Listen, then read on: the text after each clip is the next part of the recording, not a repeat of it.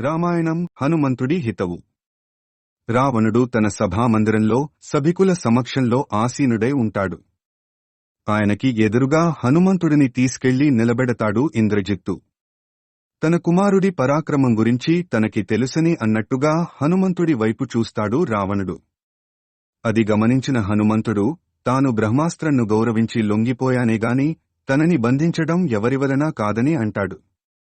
ఇంతటి బలిష్టమైన వానరాన్ని, అందున మాటలు నేర్చిన వానరాన్ని తాను చూడలేదని రావణుడు హేళన చేస్తాడు.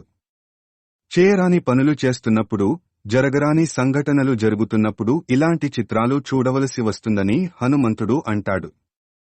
తాను రాముడి దూతగా వచ్చానని, దూతను గౌరవించకపోవడం లంకానగర సంప్రదాయమని తెలిసిందని చెబుతాడు.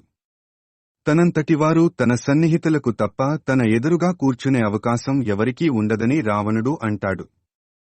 4 గోడల మధ్య సింహాసనం వేసుకుని కూర్చుని తనంతటి గొప్పవాడు లేడని అనుకుంటే అంతటి అవివేకము మరొకటి ఉండదని హనుమంతుడు అంటాడు.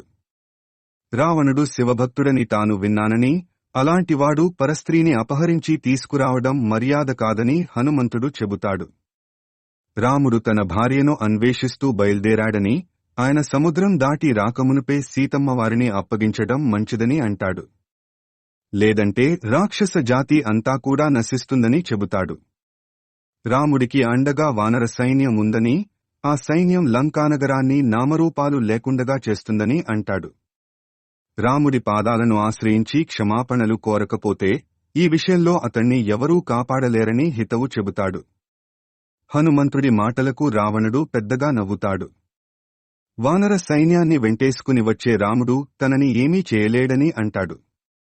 చీమల బారువంటి వానర సైన్యాన్ని చూసి రావణుడు బెదిరేరకం కాదని చెబుతాడు.